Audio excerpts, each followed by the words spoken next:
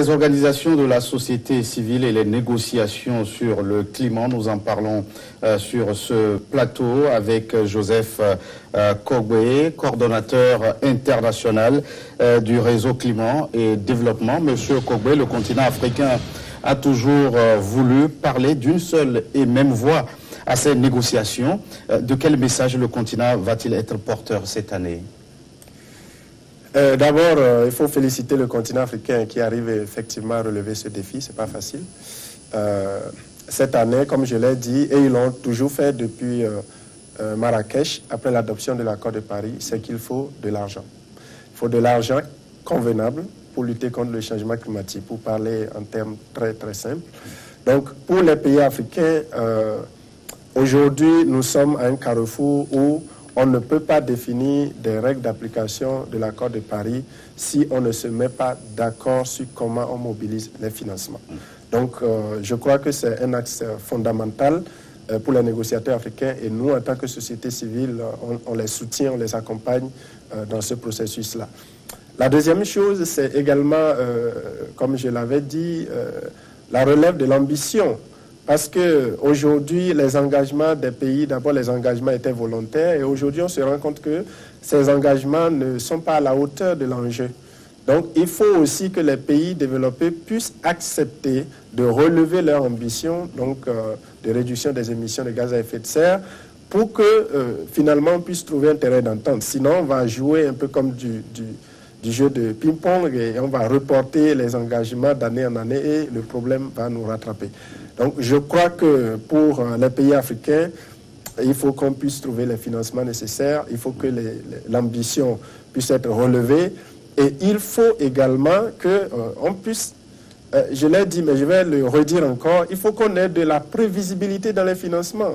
Il ne faut pas qu'on reste là, on ne sait pas qui fait quoi et puis tout le temps on est là à discuter. Il faut qu'on puisse savoir comment est-ce que les fonds vont être mobilisés. Et les pays africains attendent également qu'il y ait plus d'engouement pour les financements sous forme de subventions plutôt que les prêts. Parce que si on fait des prêts pour réparer les dommages causés par le changement climatique, je ne sais pas comment on va pouvoir payer ces prêts-là. Alors concrètement, M. Kogbe, les États-Unis, deuxième plus gros pollueur au monde, les États-Unis, gros contributeur à ces fonds verts notamment, lorsque l'Amérique de Donald Trump annonce son retrait de l'accord de Paris sur le climat, est-ce que cet espoir est encore vif d'avoir ces financements ? Il faut le dire, hein, ça fait mal de voir les États-Unis, l'un des deux principaux pollueurs au monde, se retirer de l'accord de Paris. Néanmoins, il faut se féliciter de l'engagement pris par les États individuels, pas l'État fédéral américain, mais les États, qui ont dit qu'ils vont quand même continuer leur politique de lutte contre le changement climatique. Et il y a de cela environ une semaine, le premier sommet des acteurs non étatiques a eu lieu en Californie, pour bien évidemment mobiliser les villes, les États, mobiliser les entreprises pour pouvoir essayer de combler le gap que le retrait de l'État fédéral a créé.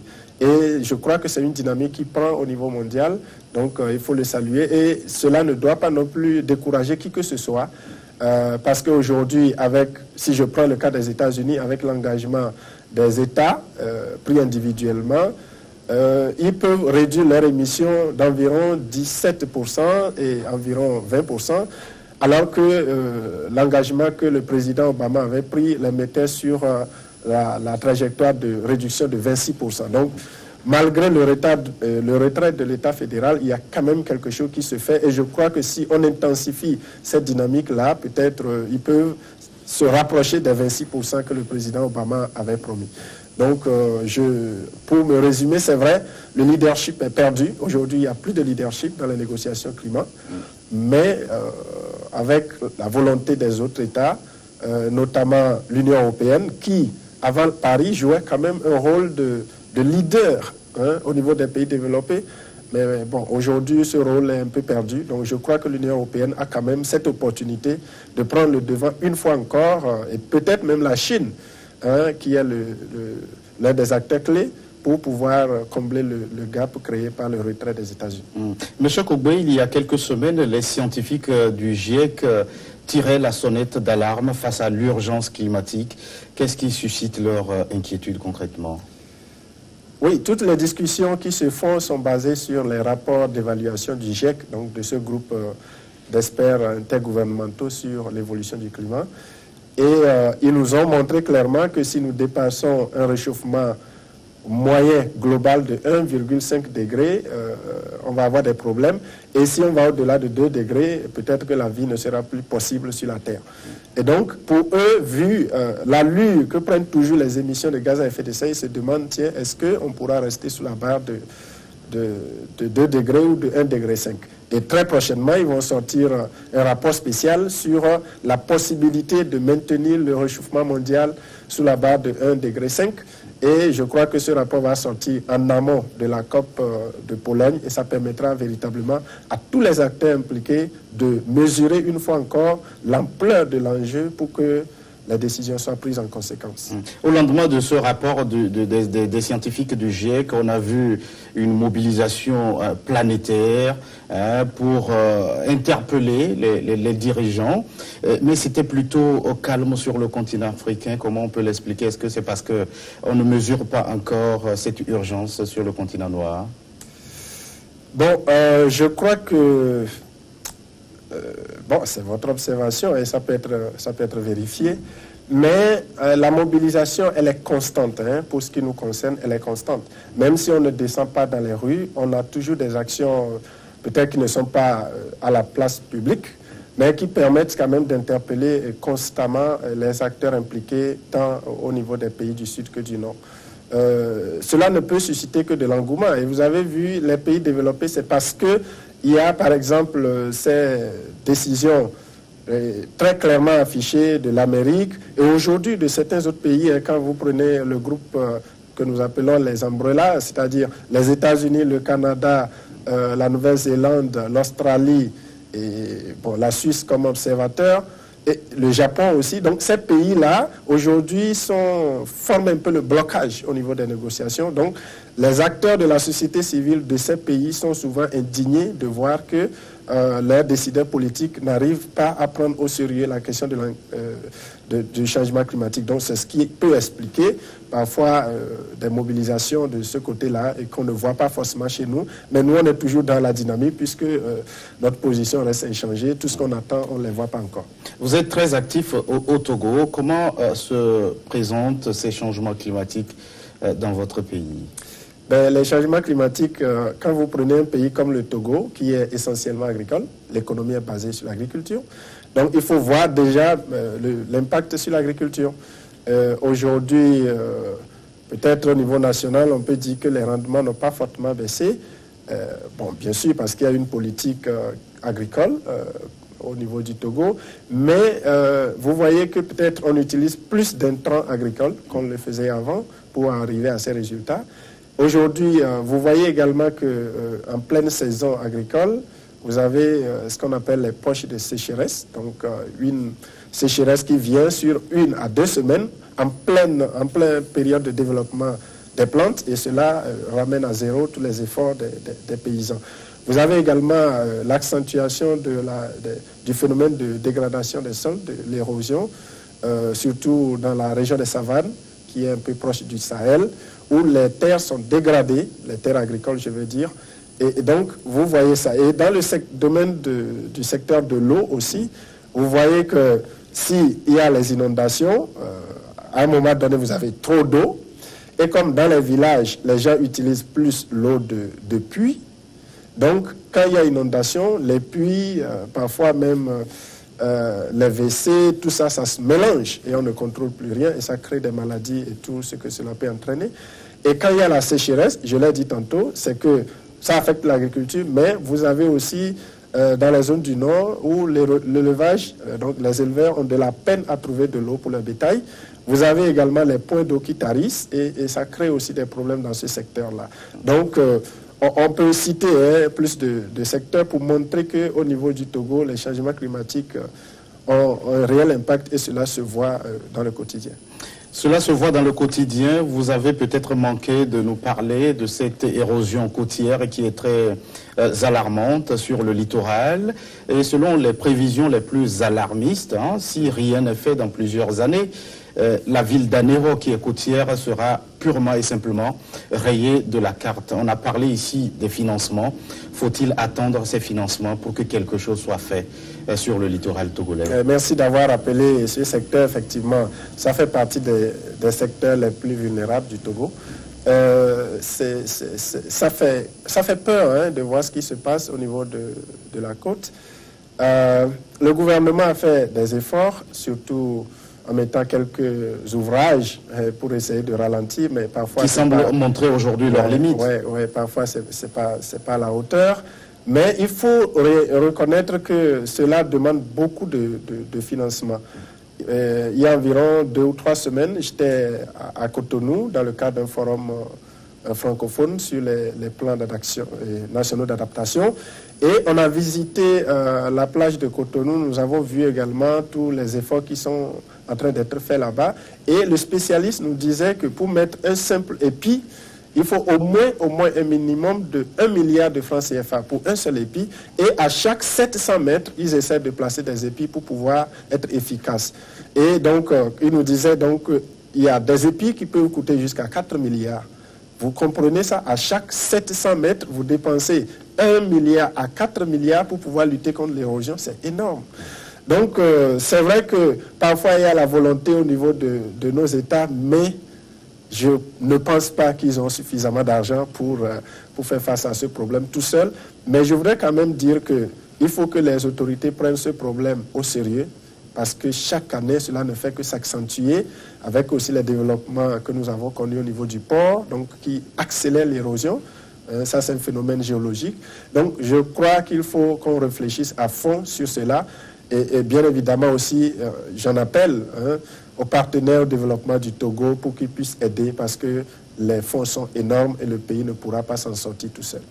D'où la nécessité de mobiliser tous les acteurs. Monsieur Kogbe, l'accord de Paris sur le climat entré en vigueur le 4 novembre 2016 prévoit de poursuivre les efforts pour limiter notamment la hausse des températures à 1,5 degrés Celsius.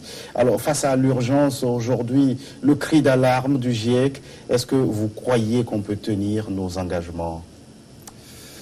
Bon, attendons de voir ce que le rapport spécial du GIEC va nous dire sur la possibilité de rester sur la barre de 1,5 degrés. Mais il faut toujours garder espoir, parce que nous sommes dans une dynamique. Et s'il n'y a pas d'espoir, donc ce n'est même plus la peine de continuer les négociations. Donc pour moi, attendons de voir ce que le rapport va nous donner et puis on jugera. Le combat pour sauver la planète s'est accentué. On se rappelle en 92, lors du sommet de la Terre de Rio de Janeiro. Plus de 25 ans après, est-ce qu'aujourd'hui, l'esprit de Rio est toujours au niveau de la communauté internationale? Je dirais oui, parce qu'à partir de Rio, 3 conventions ont été signées. Et parmi ces conventions, nous avons la Convention sur le changement climatique. Je pense qu'aujourd'hui, vous êtes d'accord avec moi que dans tous nos pays, on parle plus de changement climatique que jamais. On dirait que quand même, il y a un travail de prise de conscience qui est en train de réussir. Et tout le monde est conscient qu'on ne peut plus mener des actions de développement sans prendre en compte le changement climatique. Autrement dit, vous prévoyez déjà, vous planifiez l'échec de votre activité. Donc cette dynamique est toujours là. Mais le problème ou bien la question qu'il faut se poser est de savoir est-ce que les États ont toujours la même volonté qu'à Rio. C'est là où la question se pose. Parce qu'à un moment donné, j'ai comme l'impression que les pays développés se sont dit mais le problème est plus lourd qu'on ne le pensait. Parce que le protocole de Kyoto limitait seulement les efforts au niveau des pays développés qui étaient conscients qu'il fallait réduire leurs émissions de 5,2%. Et à un moment donné, ils se sont dit mais c'est plutôt difficile. Et donc, dans la deuxième phase de Kyoto, on a vu qu'il y a eu le retrait de beaucoup de pays. D'ailleurs, ils n'ont même pas pu atteindre leur objectif dans la première période. Et dans le cadre de l'accord de Paris, vous avez vu, à la dernière minute, on demande à tous les pays de prendre des engagements, c'est-à-dire de faire des propositions volontaires pour réduire les émissions de gaz à effet de serre, ou du moins pour contribuer à la lutte. Et c'est ce qu'on a appelé les fameux CPDN dans le temps, aujourd'hui devenu CDN, les contributions déterminées au niveau national. Et c'est là où je dis, si les règles de l'accord de Paris qui vont être adoptées, si on ne veille pas à ce que ces règles-là ne deviennent pas une contrainte pour nos pays, là on aurait gagné. Sinon, on risque d'avoir des règles qui finalement disent, ben, vous aussi vous êtes engagés autant que nous, mais assumons vos responsabilités et nous vous suivrons. Donc je crois que la dynamique est toujours là, mais l'enjeu c'est qui prend le devant et qui doit faire quoi. C'est vraiment sur ce terrain-là qu'il y a un peu de méfiance entre les acteurs. Vous, au niveau de la société civile, vous avez une approche communautaire dans cette lutte contre les changements climatiques. Comment amener les populations à s'approprier ces nouveaux paradigmes? La première chose, c'est de leur en parler. Donc, il y a un travail d'éducation, d'information, de sensibilisation à faire. La deuxième chose, c'est de les aider aussi à évaluer leur vulnérabilité pour apprendre à améliorer leur résilience. C'est-à-dire leur montrer, par exemple, quand on prend un territoire ou une communauté, essayer de faire des études de vulnérabilité qui permettent de mesurer le niveau, l'ampleur quand même du problème et prévoir des mécanismes d'accompagnement ou d'alerte au niveau de chaque communauté. Je crois que au niveau de nos pays, des efforts sont en train d'être faits. Par exemple, quand vous prenez le cas dans le secteur agricole, comme je le disais, il y a ce qu'on appelle les pluviomètres paysans qui permettent aux cultivateurs de savoir que si j'ai une certaine quantité d'eau sur une telle période, je peux estimer que ma saison a commencé, je peux semer ainsi de suite. Nous avons aussi des dispositifs sur le terrain qui montrent les niveaux et les risques d'inondation dans certaines zones, etc. Donc il faut faire un travail de fond avec les communautés et essayer de leur apporter l'information qu'il faut pour pouvoir faire face aux problèmes. Mais aussi, il faut mener des actions concrètes sur le terrain, que ce soit dans le domaine de l'agriculture, de l'eau, des énergies renouvelables et tout cela, il faut les accompagner à travers des projets concrets. Voilà. Merci à vous, Joseph Kogbe, d'être passé sur ce plateau. Vous êtes coordonnateur international du réseau Climat et Développement, directeur exécutif de l'ONG OPED, Organisation pour l'environnement et le développement durable. Merci à vous qui êtes restés en notre compagnie. À très vite pour un nouveau numéro de votre émission Planète Idéale.